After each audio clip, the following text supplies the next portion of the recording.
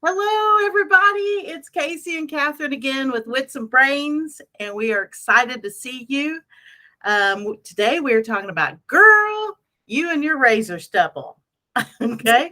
So, what comes to mind, Casey, when you think of your razor stubble? Well, for one, I don't even want to touch my own razor stubble. So I can only imagine how that makes someone else feel. Not that I go around and just let people like rub my legs or anything.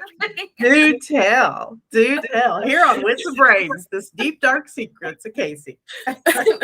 It's to me, it kind of equates to being unapproachable, like no one wants to deal with that. So take care of it. So take care of it. So make yourself more approachable.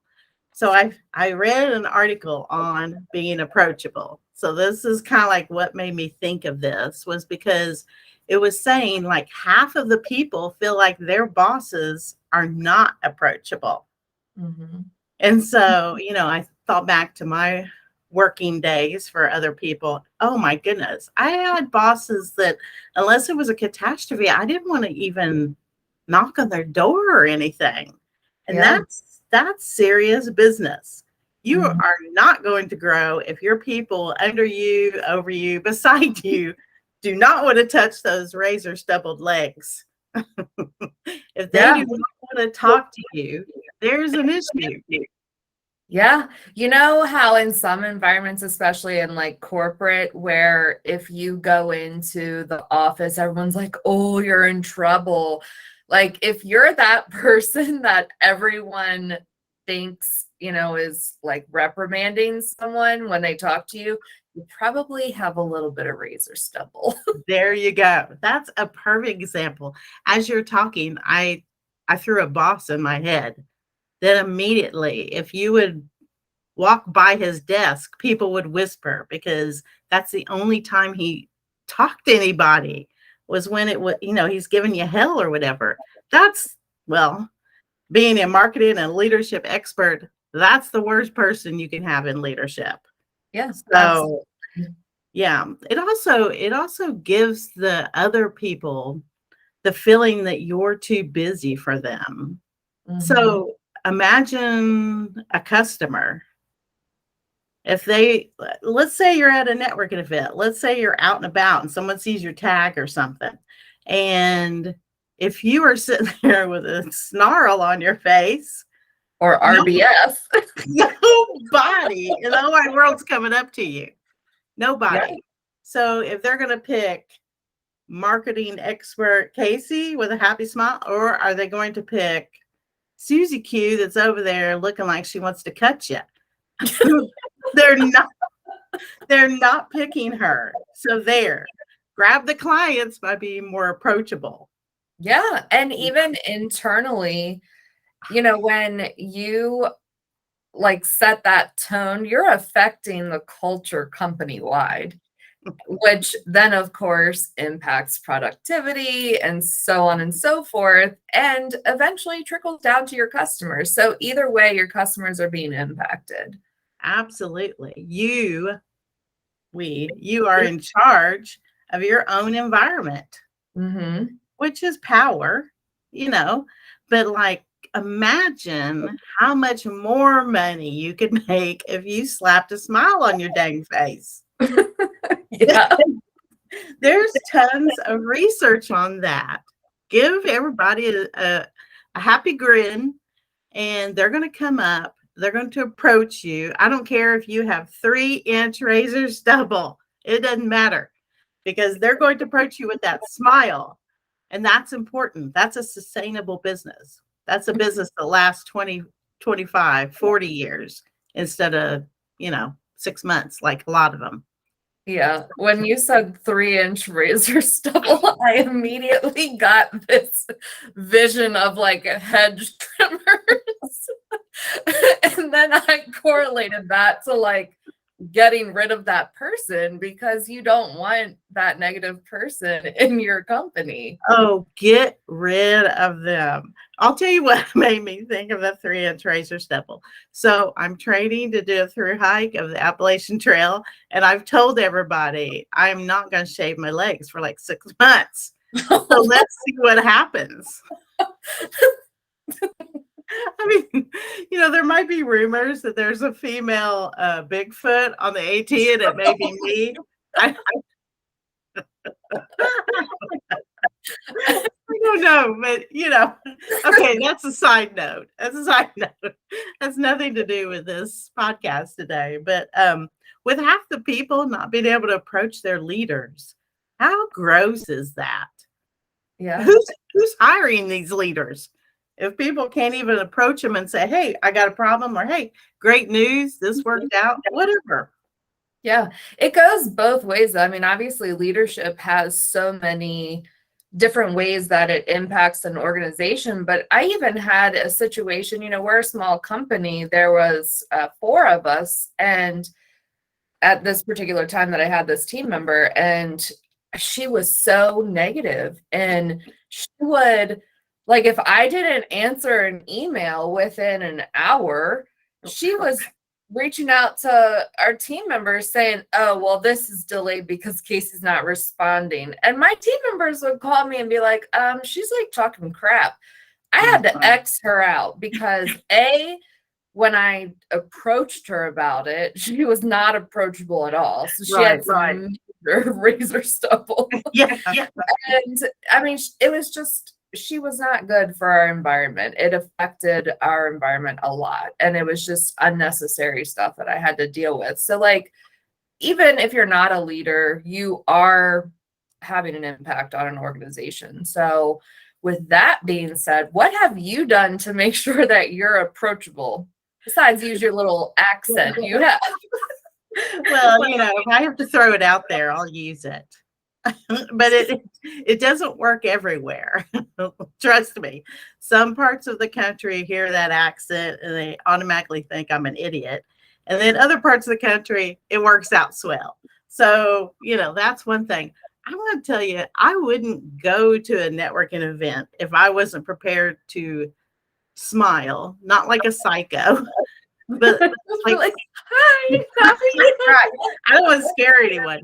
But if I could not control myself and be happy for the 2 or 3 hours or whatever the networking thing is, I wouldn't go. Don't go if you can't handle that. Don't go there and complain about your day.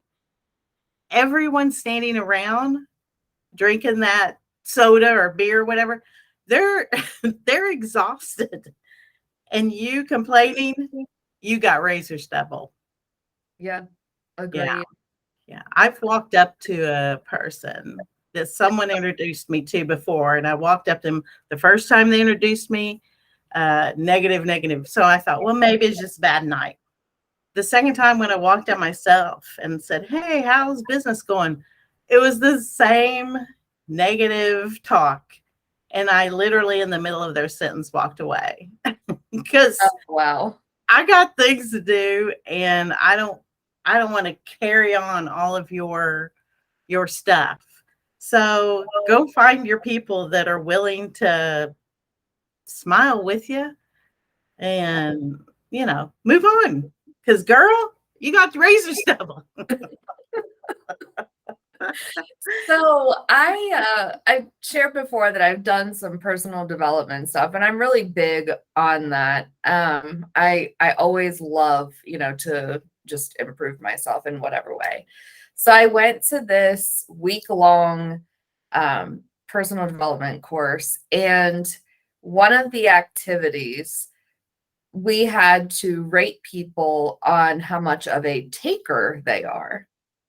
And ouch.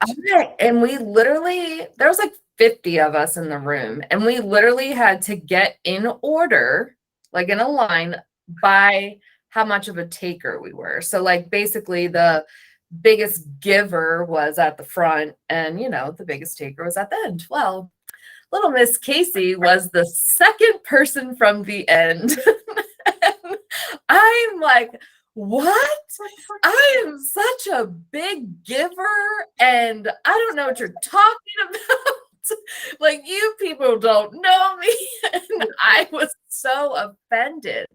But then I really took a look at myself and I started asking, like, why do you all think this? And they're like, you are so unapproachable. And I was like, oh my goodness. So from that moment on, like, I intentionally, you know, I make sure I'm smiling, I make sure I'm happy. I try to make sure my hugs are warm. If I don't want to hug you, I won't give you a fake hug. Like, I have really tried to open up to people because they were like, girl, your razor stubbles like daggers. So, yeah, but I mean, I was hurt by that activity, but it made me realize a lot of stuff. And since then, I've been very cognizant of it. And even yesterday, someone saw a picture of me and they're like, you are always smiling and so happy, and like you just light up the room. And I'm like, yes, like finally some other feedback. Well, that right there could have like either really damaged you where you would have become, in a shell, or like, look, you took it, you learned something from it. I had an uncomfortable situation once in a training I was giving about being humble. And we all discovered I was the least humble in the room. Oh.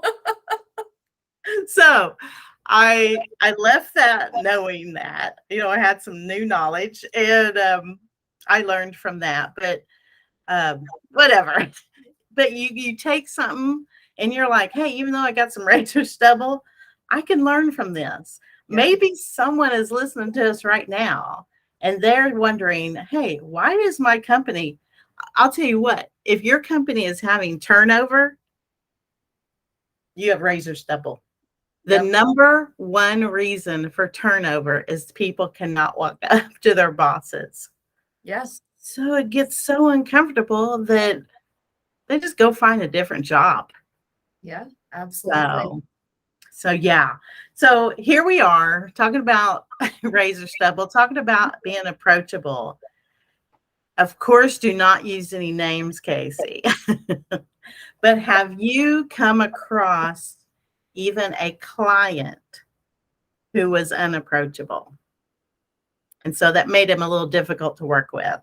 Yes. So it's funny because yesterday, I didn't come across the person yesterday, but yesterday I was listening to Whitney Hahn at a WBN event, and I had never heard her speak before, and she was incredible. But she made the comment, you know how you have like one of those clients, like she was talking about being choosy with what clients you want to take on, and kind of relates to like you don't want to take them on if they have razor stubble. But she said, those ones where you can smell the crazy like 3 miles away, and I was like, oh, have I been there? But it comes down to approachability. Like if you can tell if someone is a little off by how approachable they are. And they could be one way or the other. They could be completely unapproachable, or they could be like so over the top. You're like, what the heck did this person have this morning? Yes.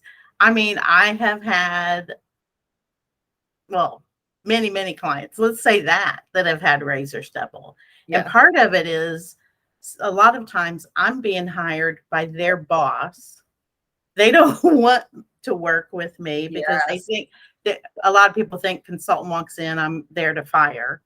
Mm-hmm. So razor stubble, daggers, machetes, whatever, they want to stay away from me. And, when I first started working like that, it took me a while to realize I've got to put up with their razor stubble, because sometimes it takes like 3 months for them to trust me. Yeah. So even though they're not approachable, I'm just going to stick in there. And it, honest to goodness, it's always worked out. I've never had it where it didn't work out. But, I had to learn that. That, okay, just because I'm smiling doesn't mean that every person that hires me is going to smile back. Yeah. Um, So fortunately for you, those things have worked out. So you just reminded me, and I've like completely tried to forget about this experience. But when I was first, I don't want to say when I was first starting out, I was probably like, I don't know, maybe 2 years into my business. And I'm only 5 now, so it's not too much of a difference. 8. Um, so I was hired actually by the investor of a company, which was the first time ever. So that person said, you need her to, grow because I need my money back. So Right. with that, they did not, like, they had an internal marketing person who did not want me in there at all. And I literally sat across the conference table, and you want to talk about some dagger-like razor stubble? She looked me dead in my face and says, I just want you to know that I don't like you, and I'm just sitting here because I have to. Ooh. And 2 months later, that investor ended up ending the contract, but still paying me because of how like toxic the environment became, because that woman, she picked those razor stubbles off and was like cutting everyone with them and made the whole situation miserable. That was one of the worst experiences I've ever had as a business owner. That is horrible. I've told people who have hired me that, especially if it's like a group or whatever, and I have said, well, prepare yourself for a rumor. And they're always like, what's going to happen? And I'm like, well, the consultant walks in, no one's ever seen me. Sometimes I'm not even from the area, and a rumor will start. And it takes a couple months to kill that rumor, because I have to be consistent, or they're never, they're going to make up their own stuff. But it's kind of like that. It can get so toxic. And, sometimes razor stubble is the least of your concern. Yeah. Because it's literally painful to be in some of those rooms. But thanks for sharing, because that is real life. That's like real human interaction, and they're not approachable. Entrepreneurship is not always butterflies and rainbows. No. Business is not for the weak, people.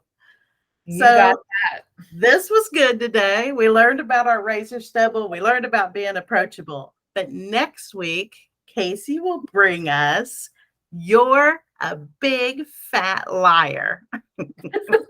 I'm so excited. So join us next time. Subscribe. Tell all your friends to hang out with Casey and Catherine. And we'll see you next week. Bye.